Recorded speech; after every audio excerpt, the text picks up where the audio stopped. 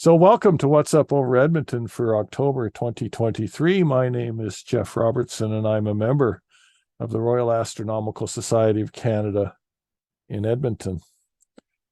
This is a picture I took of the moon last September on a particularly smoky evening when the moon rose orange. And because it's October and it's Halloween, I thought it was somewhat appropriate to have an orange moon like a pumpkin. And because it is Halloween, um, we also have witches and goblins flying around. I call this What's Up Over Edmonton because the skies where we are at 53 degrees north latitude are a lot different than what's usually portrayed in popular astronomy publications like Astronomy and Sky and Telescope. And this example I use every month is the sky over Toronto on July the 5th at 11 o'clock. And I highlight this constellation here, Scorpio, because it is fully visible from Toronto. The whole constellation is above the horizon. While in Edmonton on that same day and that same time, we only see the very top of the scorpion. We never see the rest of the body. We never see its stinger. This is as high as it ever gets from Edmonton. And it's not only what we see, but it's also how we see things. And this is a picture I took last February of the moon in the top left with Jupiter in the middle and Venus at the lower right. And you can see that they're lined up on an angle. On that same night, my wife's cousin, who was in Buenos Aires, Mexico, at 20 degrees north latitude, took a picture of the same scene of the moon, Jupiter, and Venus, and you can see they're in a straight line because the ecliptic is just that much higher the further south you go. Most of the information I use comes out of the Observer's Handbook, which is put out every month by the RASC. It's 352 pages of just about anything the observer would want to know about the night sky. So, what do we got in October? We got falling leaves. We got longer, cooler nights. And boy, the leaves are sure falling. My lawn is covered with them. So, we've got an outer planet parade during the evening hours. We've got Venus blazing in the morning sky. If you get up before the sun, you'll see Venus in the east, quite prominent. Can't miss it. We have a partial solar eclipse on October the 14th, and that happens on the Saturday morning. We have zodiacal light before dawn from the 14th to the 24th in the eastern sky. We have two meteor showers in October, the Dracoids, which peak on October the 8th. It's kind of a minor shower. And the Orionid meteor shower peaks on the morning of October the 21st. So I'll go ahead with the planetarium portion. As always, I have pre-recorded it. Let's look at what we can see in the skies over Edmonton in the month of October. And as always, we'll begin with sunrise and sunset times for the month. So on October the 1st, the sun rose at 7:35 a.m. It set at 7:10 p.m. for 11 hours and 35 minutes of daylight. Night began, that is, astronomical twilight ended, at 9:07. On the 31st, Halloween, sun rises at 8:31 a.m. It sets at 6:03 p.m. for 9 hours and 32 minutes of daylight, and night officially begins at 8:01 p.m. By 9 o'clock all through October, all four of the outer planets are above the horizon, and two of them can be easily seen with the naked eye. All four of them can be seen in a telescope or with a pair of steadily held, good quality binoculars. So let's start going from west to east, looking at each of the four giant planets, and we'll start with Saturn. Saturn's residing in the constellation Aquarius. There it is. It's a lovely sight in a telescope. Even the smallest 60 millimeter refractor can pick out the ring that surrounds the planet. Saturn rises at the beginning of the month at 6:17 p.m. By the end of the month, it's rising at 4:15 p.m., which is still in daylight. So it's a great target. It's up high by the time it gets dark. Moving eastward, we come to Neptune, which is in the constellation Pisces. You need a telescope to see Neptune as a disk. It will be a lovely blue color, and a mid to large size telescope. You may even be able to see its big moon Triton. Neptune rises on the 1st of October at 6:50, and by the end of the month, it's rising at 4:51. Moving further eastward, we come to Jupiter, the king of the planets. It is blazing bright in the eastern sky after it rises, and on the 1st of the month, it is rising at 8:12, and on Halloween Day, on the 31st, it rises at 6:07. So if you're out late with your kids trick-or-treating, you will see Jupiter in the east, a very bright object in the eastern sky. And as always, we can see Jupiter's 4 big moons, the Galilean moons. Zoom out a bit here to get them all in. And in this view, which is on October the 7th at 9:30, we see Callisto far on the left, and then Io, Europa, and Ganymede on the right-hand side of the planet. And as I've pointed out before, these positions of the moon shift day to day and even hour to hour. So let's just advance the sky an hour at a time. You can see Europa and Io are moving quite a bit, and you can actually watch them move on a single night. And the final planet on our eastward trek along the ecliptic is Uranus, which was the first planet discovered in historical times by William Herschel. At the beginning of the month, Uranus rises at 8:23, just 11 minutes after Jupiter. And at the end of the month, it's rising at 6:23. Uranus is a pale blue disk in a telescope. You can also spot it in binoculars. And as shown in this illustration, both Uranus and Jupiter lie within the realm of Aries, the ram. Uranus is very close to the border with Taurus, the bull. So there again are the 4 giant planets in the evening sky, stretching from almost due south to almost due east. Going into the morning sky, we have Mercury at the beginning of the month, just above the horizon. This is 45 minutes before the sun comes up. And Mercury does not put on much of a show this time around, even though the ecliptic is quite high. It just happens to be where it is in its orbit. And if we advance day to day at 6:45 in the morning, Mercury's gone by the 7th. To see Mercury, you would need a very flat horizon with clear skies. Venus, on the other hand, shines very brightly in the morning sky. At the beginning of the month, it's rising at 3:31 in the morning. And by the end of the month, it rises at 4 a.m. If you have been watching Venus in a telescope in the morning sky, it started off as a crescent, but as the days go by, more and more of the planet becomes illuminated as its angle in respect to Earth changes.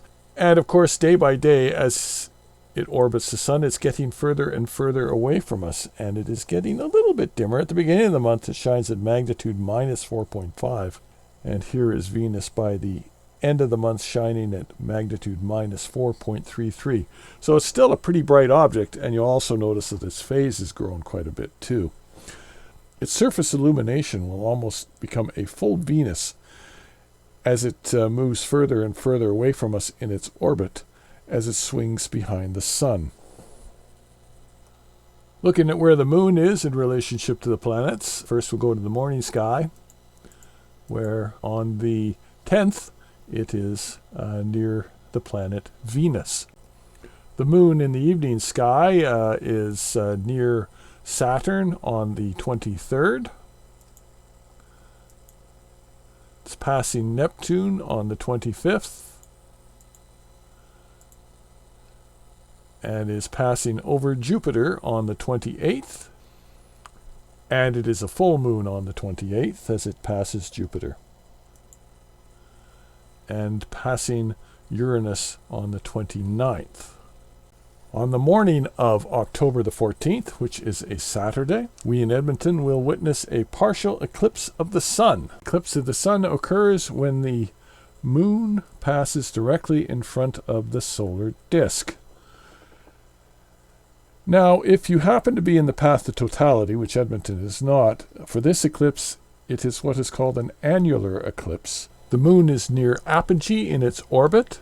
The moon's orbit is elliptical, and apogee is its furthest point from the Earth. And so it is not big enough to cover the entire disk, and what you get is a ring of the sun around the moon. And here is the path of totality shown on the map. It stretches across North and South America. In Edmonton, the eclipse begins at 9:17, where the moon starts to cross the disk of the sun. The maximum eclipse, where 53% of the sun is covered, occurs at 10:28. And the eclipse ends at 11:44.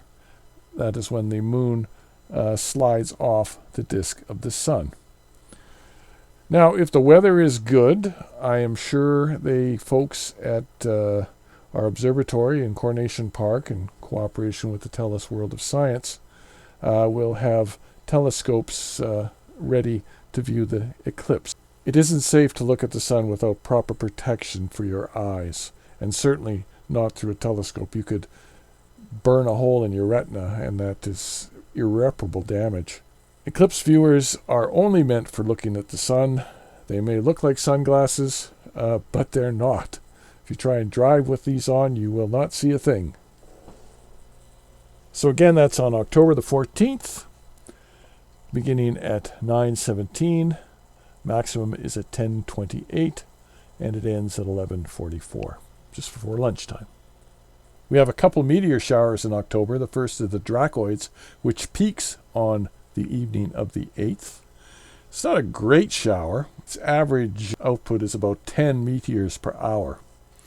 And it is caused by the Earth passing through the debris left behind by comet 21P Giacobini-Zinner, which is a 6.5-year period comet.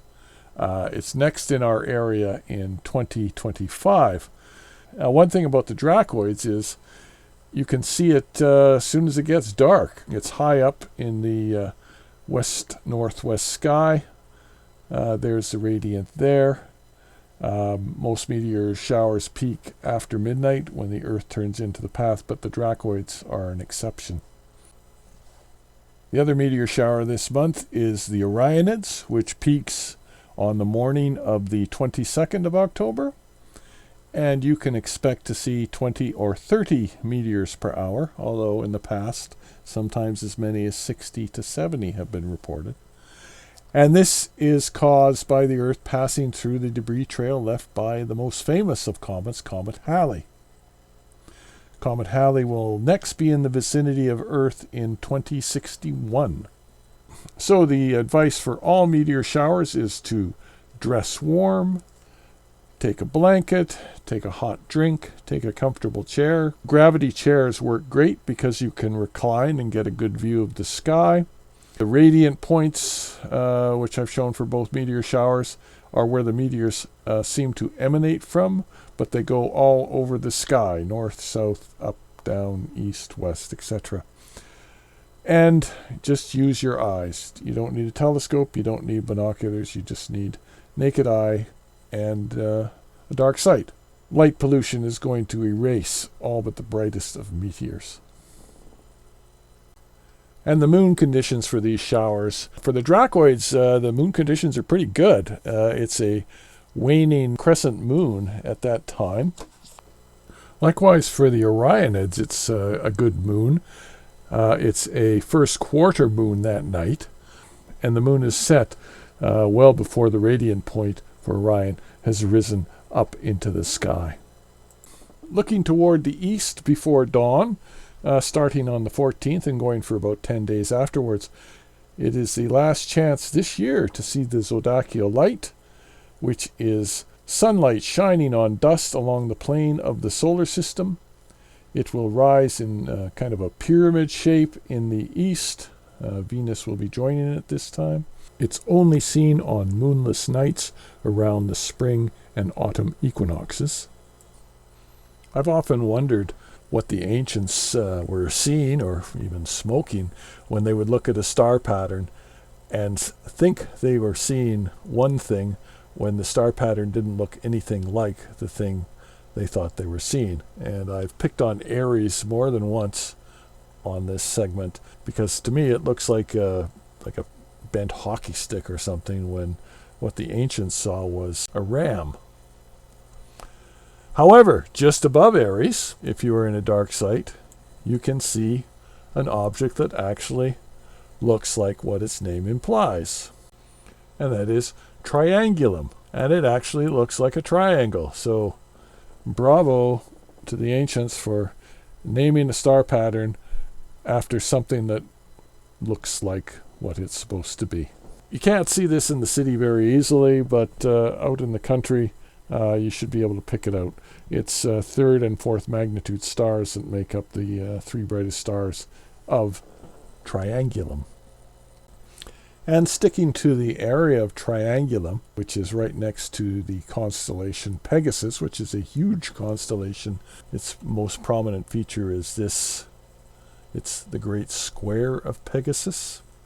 And there's the horse's head and its legs, front legs, and its back legs are actually become part of the constellation Andromeda.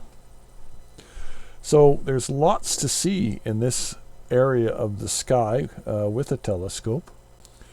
There is the Pegasus cluster, M15, which is a globular cluster containing tens of thousands of stars, and it's about 34,000 light years from Earth.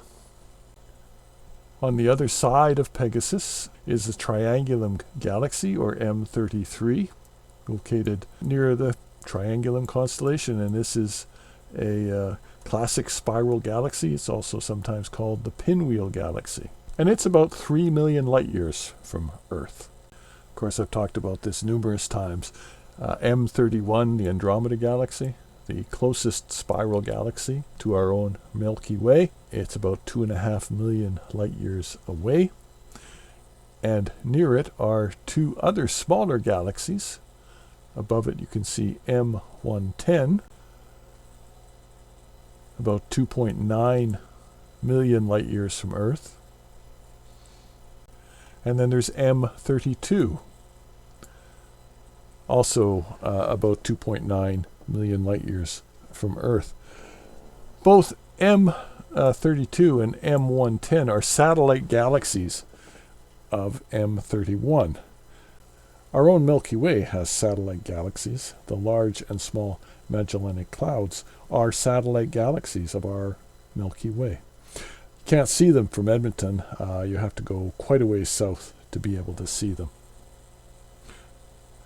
And before we leave the area, one last object, before I start talking about the Owl cluster again, is NGC 7662, known as the Blue Snowball. And this is a planetary nebula located about 1,800 light years from Earth.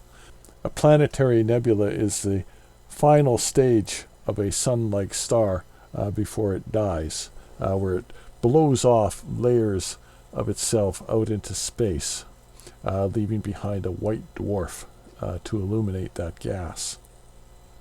So I think that's all we've got today, and I will ask now if there are any questions. Okay. Are there any questions?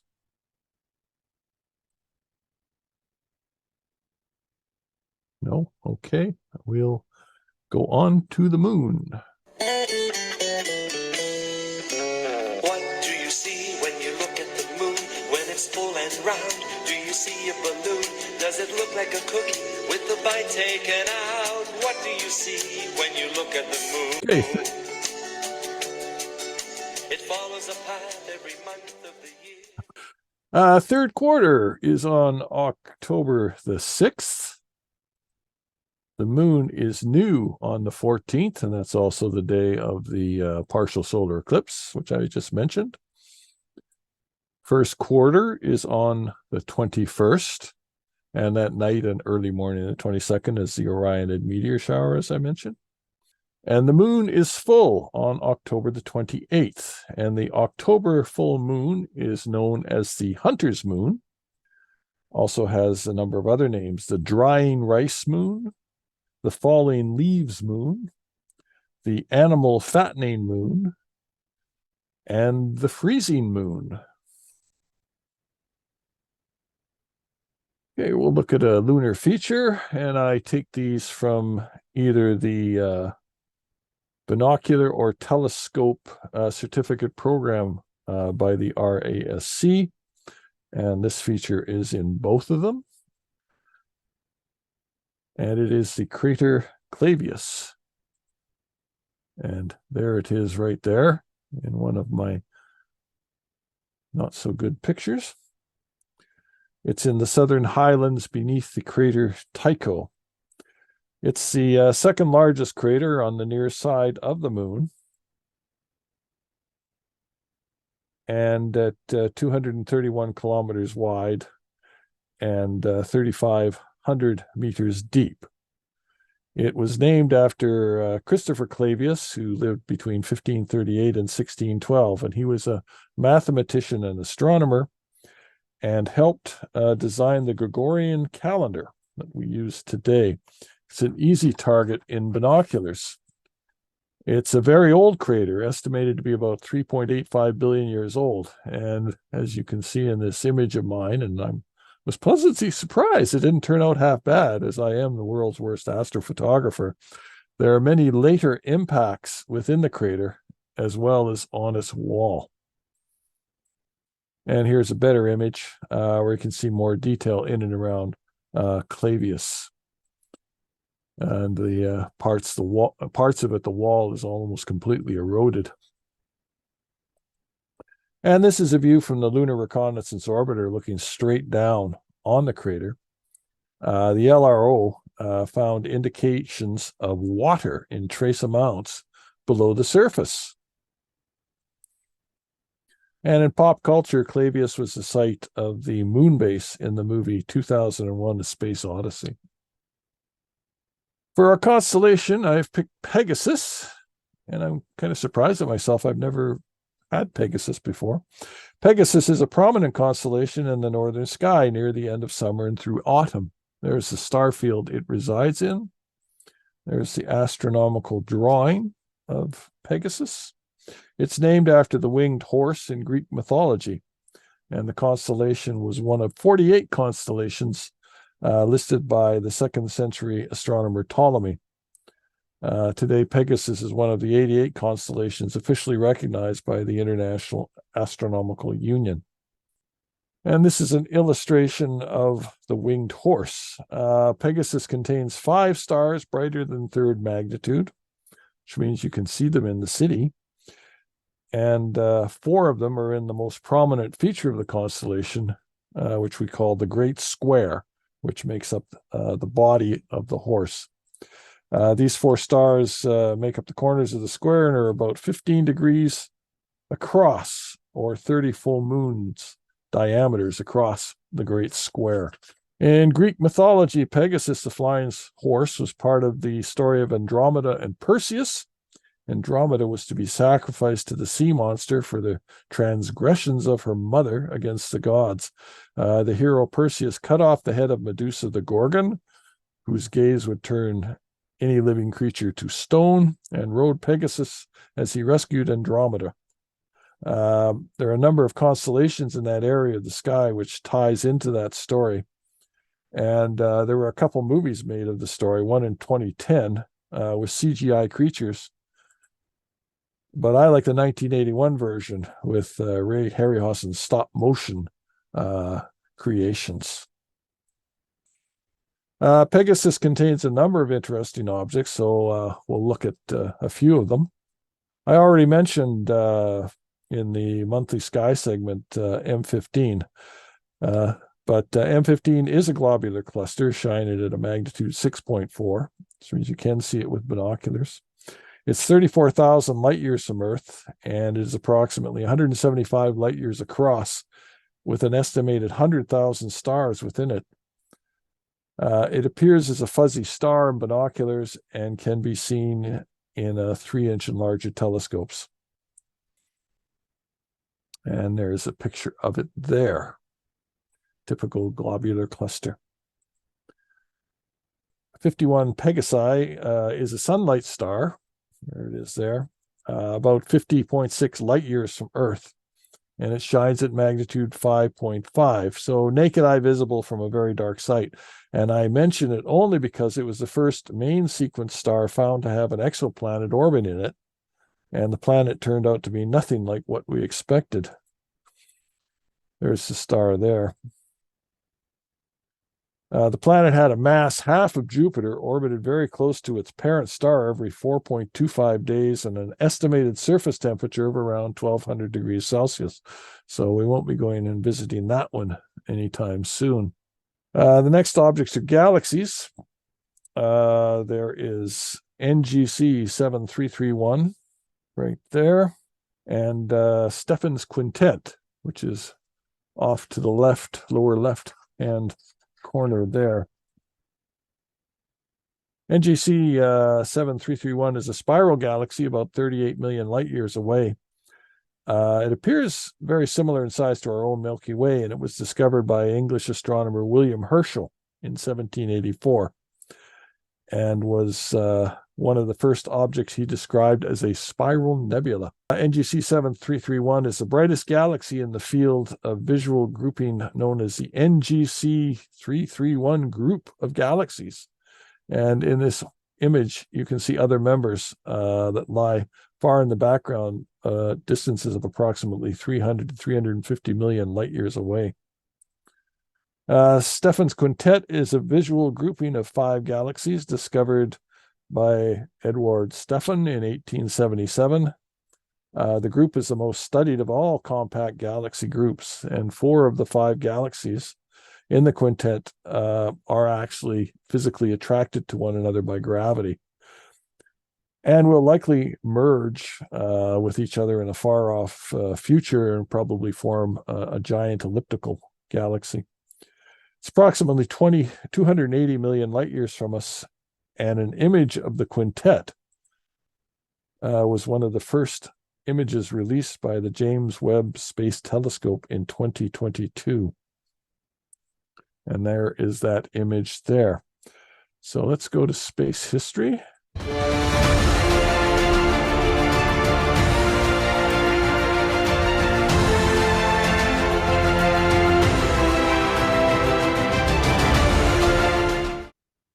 So this is where we look at a past event that not only occurred in this month, but whose anniversary year is divisible by 5. So in 2023, we are looking at events that happened in years ending 3 or 8. Now, it is Thanksgiving next Monday. And sometimes when I'm looking for an item for this segment, I have some trouble because of this 5-year anniversary corner I painted myself into. But for October 2023, I don't have that problem. I did have a problem, is that there were 3 items that I thought were significant, and I was deciding which one to use, and I couldn't decide. So instead of a long look at one item, we'll have a short look, hopefully, at 3 of them. So we're going to go with Mr. Peabody to the Wayback Machine.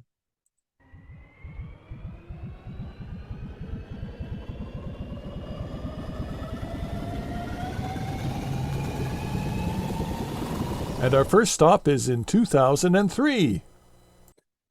And in 1961, the then Soviet Union, now Russia, and the United States launched men into space for the first time. And although peoples from many nations have ridden in American and Russian spacecraft through the remainder of the 20th century, these 2 nations are the only ones to design, build, and launch spacecraft capable of carrying humans into space. Until October 15th, 2003.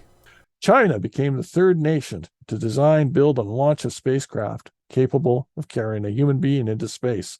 And the spacecraft was named Shenzhou, or Divine Vessel. The Shenzhou has a similar configuration to the Russian Soyuz, You can see the Shenzhou below it and the Soyuz above, in that it has three components. Shenzhou is larger and heavier than the Soyuz. So from right to left is the orbital module, which holds experiments, docking equipment when required, and the hatch to allow the crew to board on the launch pad. The bell-shaped reentry module is where the crew sits during launch and reentry, the only part to survive the trip back to Earth. And the service module, which contains the engines, fuel, and consumables for the flight. The service module also holds the solar panels that power the craft, although solar panels were present on the orbital module for some early flights. And so this is a look at a Shenzhou spacecraft prior to adding of the solar panels, and you can see some people standing at the bottom, so you get an idea how big it is. And this is a flight-ready Shenzhou prior to stacking on its launcher. The Shenzhou uses a Long March 2F booster to get into space. It is in its man-rated configuration at 62 meters tall and generates 1.46 million pounds of thrust at liftoff, and it burns a mixture of nitrogen tetroxide and hydrazine. And this image shows the rocket being rolled out to the launch pad. After 4 successful unmanned test flights starting in 1999, Shenzhou 5 lifted off from the Chinese launch center in the Gobi Desert. And aboard that craft was Lieutenant Colonel Yang Liwei. And the first manned flight was solely aimed for a safe flight and return of the spacecraft and crew. Yang remained in the reentry module with his pressure suit on throughout the flight. He had his first meals in space and 2 rest sessions while he slept. He took time to take photographs, and here we see one of the solar panels with the Earth in the background, and report observations of what he saw and how he felt. And he also took a 5-minute video call from his wife and son, and he looks really happy to hear from them. After 14 orbits, Yang fired the craft's retro rockets and landed in the grasslands of Inner Mongolia just over 21 hours after launch. The flight was considered a success. Yang received a hero's welcome. He was promoted to full colonel and awarded medals. He reported severe discomfort caused by a low-frequency vibration during the launch, and this was traced to the booster, and the problem was eventually corrected. Yang never flew again. He's considered a national treasure, and they don't want to risk losing him in a flight.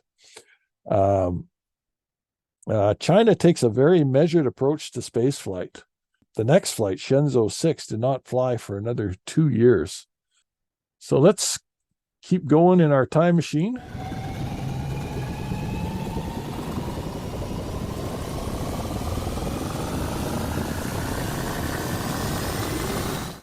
And land in 1968. And we can't look at this second item without going back to January 1967. And this was the first flight of the Apollo spacecraft, which would take Americans to the moon and back. And it was scheduled for February of that year, and Apollo 1 would make the first flight. And it was commanded by Mercury and Gemini veteran Gus Grissom. He's in the center of the photo. And the rest of the crew were Ed White, who is on the left, a Gemini veteran and the first American to walk in space, and rookie Roger Chaffee on the right. The spacecraft, numbered CSM-012, was a Block 1 Apollo designed for Earth orbit missions only. It was never designed to go to the moon. It lacked docking hardware and other equipment needed to fly a lunar mission. And it also looked a bit different, but it did have most of the system used in the Block 2 system. The crew, especially Grissom, was not very happy with the spacecraft. They were finding all sorts of faults with it, and Grissom even went so far as to hang a lemon inside the simulator they were practicing in. And after the official crew picture was taken, which you see on the left, they took this one to show they weren't entirely happy with their spacecraft. On the afternoon of January 27th, 1967, the crew entered the spacecraft for what is known as a plugs out test, a simulation of a countdown up to and just before a launch. The hatch, which was a three-piece affair that opened inward, the idea of being the internal pressure of the craft would push the hatch against the seal, was closed, and the spacecraft was pressured up to 15 psi pure oxygen. On a mission, it was lowered to 3 psi, but for a ground test, it was slightly higher than 1 atmosphere to seal the hatch. The test went into the evening. There were holds after holds. Communications were scratchy. The astronauts were not happy. And then suddenly, Grissom called out flame. In the pure oxygen atmosphere, a spark from a frayed wire ignited flammable objects in the cabin. It spread quickly. Pressure built up inside the spacecraft, rupturing the hull. It took the pad crew 5 minutes to get the hatch open, but it was too late. The crew was dead. Investigation that followed found blame with North American Aviation, who built the craft, and NASA. There was shoddy workmanship throughout the craft, too many flammable objects, and too many people not thinking about what 16 psi pure oxygen would do. For example, Velcro in a normal atmosphere that we breathe, if you held a propane torch to it, it would just smolder. But in 16 psi pure oxygen, it burst into flame like it was soaked in gasoline.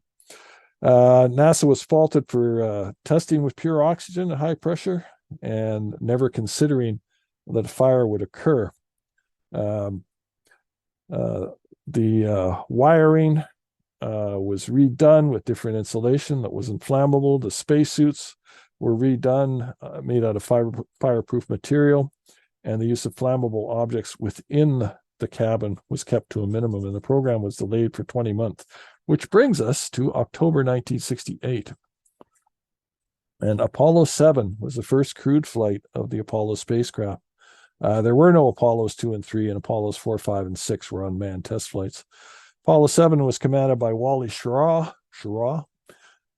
He's in the center. He was a veteran of Project Mercury and Gemini, and his crewmates were Don Isley on the left and Walter Cunningham on the right. Schirra would leave the astronaut corps after his flight and join Walter Cronkite on CBS's Apollo coverage until the end of the program.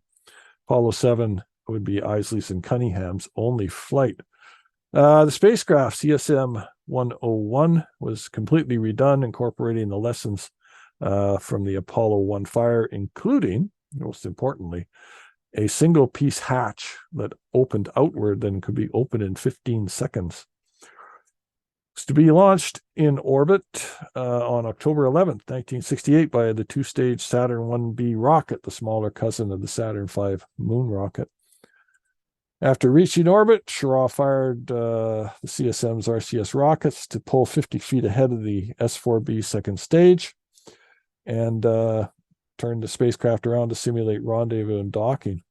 And the next day, when the spacecraft and the second stage were about 80 miles apart, Schirra and his crewmates sought out the rocket stage in a rendezvous simulation and approached within 20 feet. And this involved 2 burns of the service propulsion motor, which would be very important in later flights to break into lunar orbit and, more importantly, to break out of lunar orbit. One of the things, and you can see this in this photograph, is that the lunar module adapter panels, because the lunar module sat on top of the third stage, didn't fully deploy. And if there had been a lunar module in there, they wouldn't have been able to pull it out. So after that, the panels were explosively jettisoned, so they would not be in a way. They used a compact RCA black and white camera to broadcast several TV segments that were shown live on U.S. network TV. They gave tours of the ship and showed some of the work they were doing, and they clowned around. This is the first time live TV had been broadcast from space. You can see on that sign there, he says, "Keep those cards and letters coming, folks." And they had other funny cue cards that they used. And they actually won a special Emmy for their show. Spacecraft performed exceptionally well, perfectly well, and paved the way for the next flight, Apollo 8, which would orbit the moon. The crew, however, did all come down with colds. Near the end of the flight, Commander Schirra, who was known for being a bit of a jokester, was in no mood for humor or additional work sent up by Mission Control, and there was kind of a space mutiny. And as you can see, Wally does not look very happy in that photograph. Apollo 7 splashed down in the Atlantic Ocean on October 22nd after an 11-day mission, longer than it would take for the first lunar landing missions, and they were picked up by the aircraft carrier USS Exeter, which brings us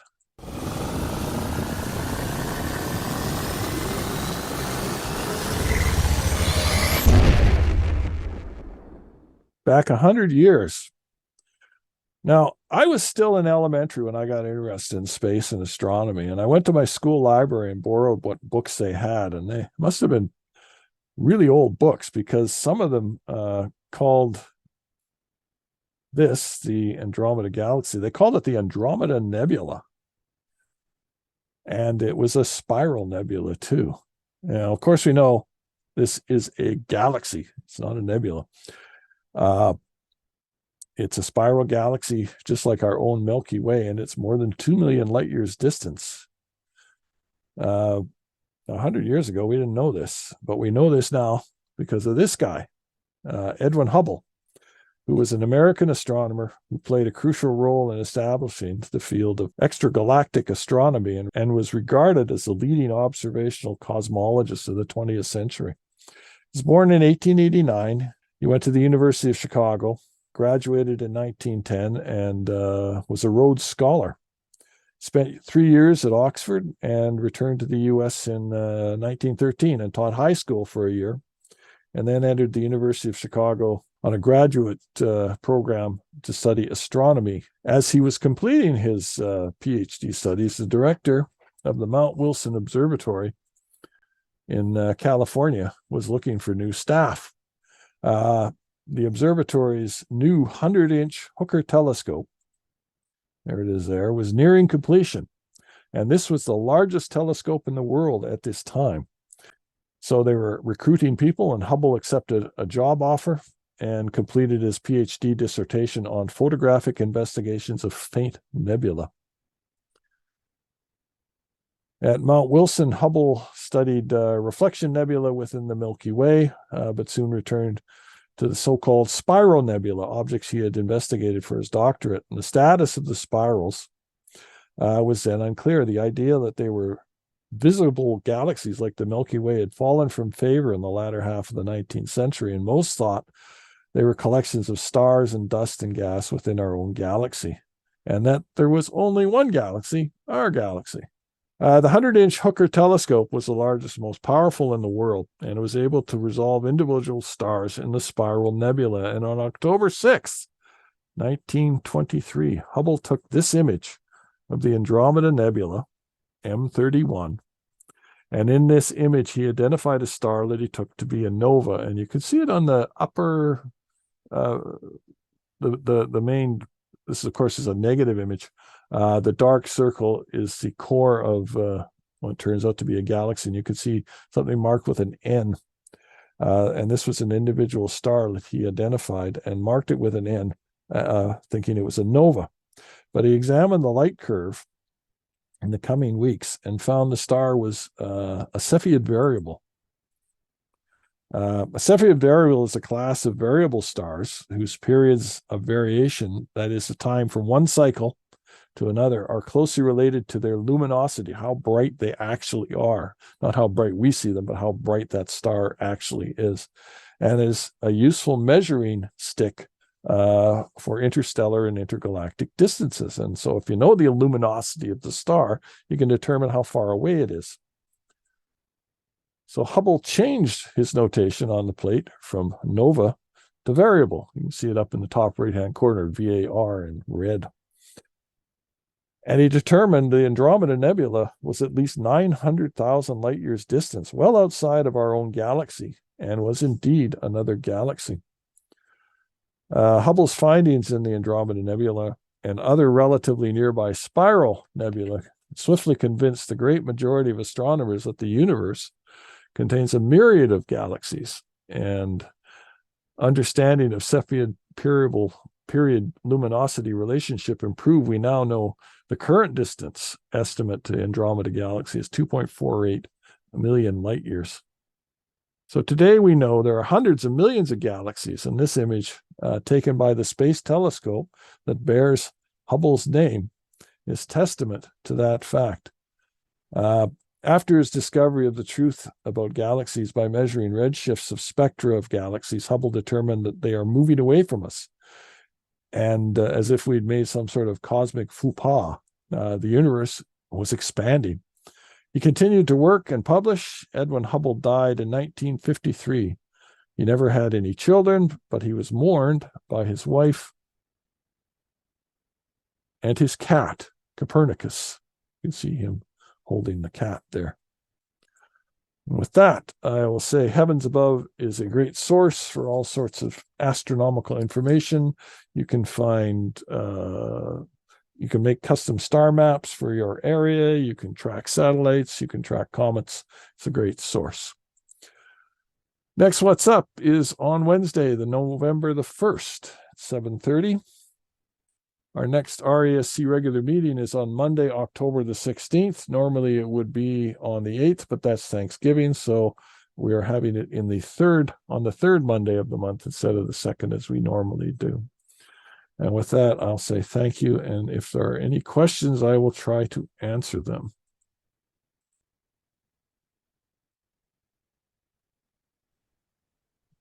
Jeff, what was the date when Clavius crater is on the edge Oh, when of can you see it? well, I must have missed the date. You can start to see it about the 9th day after new moon. Okay. Yeah. Jeff, how come the other day I was looking and the moon was outside my south window, and then a couple of days later, it's right up and it seems like it's right at the peak of the sky. It doesn't, and yesterday I was staring at the moon. It seemed like about noon. It seemed like it was right at the top of the sky in the daytime, and yet they still said it was going to be coming up at 8 o'clock in the evening, and I can't quite figure out the moon this month. The moon seems weird this month. Can you explain it? Oh, Or is it just well, weird? in the fall, the last quarter moon after full moon, the last when it's a gibbous, what am I trying to say? A waning gibbous phase to last quarter. It rides very high in the daytime sky, just because of the angle of the ecliptic this time of year. Like when it's, you'll notice when it's first quarter at this time of year, it rides fairly low in the sky, but when it's at the opposite phase, I guess you could say, near third quarter, it rises very high because the ecliptic happens to be that high at that time of day, and it's up really high. That doesn't sound. That sounds kind of stupid, but I know what I'm trying to say, but I just don't know what I don't know how to explain it. I know when I'd go visit my sister and brother-in-law, and he'd fly his model airplanes around the fall, and then the moon always seemed to be up, and I always tried to catch the moon and his planes in my pictures that I would take of them before he crashed, which he usually did. Yeah, one of the things that helps, may help a little bit, is to note where it is against the constellations. Because of the tilt of the orbits and all that, it gets kind of difficult to paint a reasonable picture. But if you think about, say, like in August, September, as Jeff was saying, just after new moon, where it's a crescent, the moon is very low because it's in Sagittarius. And it's like, how high does Sagittarius get? Not very high.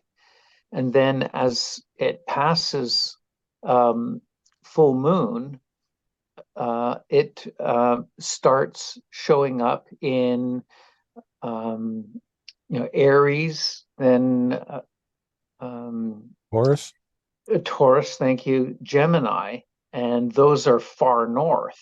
And so when the moon is in Gemini, which is the farthest north of the ecliptic, then the moon rises in the northeast, is up for literally 18 hours a day, sets, and then pops right back up again, kind of like the summer sun does, because that's where the summer sun is in Gemini. And so in fall, the just past full moon, it will be in Gemini, and in winter it will be full moon is in Gemini in December, and so it will rise far to the northeast and then set far to the northwest and just go a little bit under the horizon. And then to add on top of that, the moon's orbit is tilted, and right now in the 18-year cycle, the tilt is extra high over, like, you sort of think of it as a tilted hula hoop, and it's extra high when it's in Gemini and extra low when it's in Sagittarius. So the moon, like if you'll remember coming out to some of the sessions, the casual in-town sessions where the moon is just skims through the trees because it's below the normal point in Sagittarius. And then a week and a half later, it's even farther to the north than the sun gets in summer in Gemini. And so it just rises extra early, it stays up extra late, and then sets, well, it sets only a little bit before it has to rise again. So it's a combination of those two effects. Okay. I'll have to take a little time to try to ingest that. Yeah. Yeah, it really helps if you look at on a star map where the ecliptic goes against the star background. And so the moon almost follows that, but then it's just extra high when it's high and extra low when it's low. And in 9 years, it'll be reversed. So you're saying a star map like this one? No, well, no, one that kind of shows the horizontal view of the ecliptic. So you'll see the path of the sun is like a sine wave. Okay, I got one of those. Yeah. Okay. Yeah, and so the sun, by definition, follows that sine wave. And so when it's in the northern hemisphere, it's high, and when it's in the southern hemisphere in Sagittarius, it's low. And then this year, Yep. it's got the added push.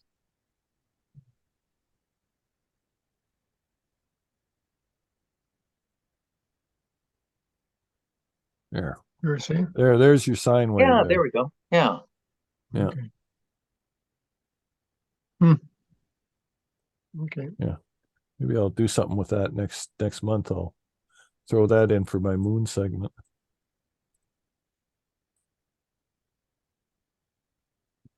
Okay. Okay, thanks, Jeff. Yeah, well, thanks, Alistair. Thanks, Alistair. For that bit. Yeah, he did it without the hand flapping I do. So anything else? Nope. Nope. Okay. All right. Well, this is recorded. I'll clean it up a little bit and post it on YouTube in a day or so. And I'll be back on November the 1st. So the 4th is about the latest I like to go for starting a What's Up. Otherwise, I would have gone the week before, but travel plans and all that. Okay, well, Alistair, you're going to be at Twos on Saturday or on the 14th, or on the 14th, I should be. Yes. Yeah. Okay. Yeah, I'll probably put in an appearance, but I'll have to leave early, probably after maximum eclipse because the Elks are having their final game and it starts at 2.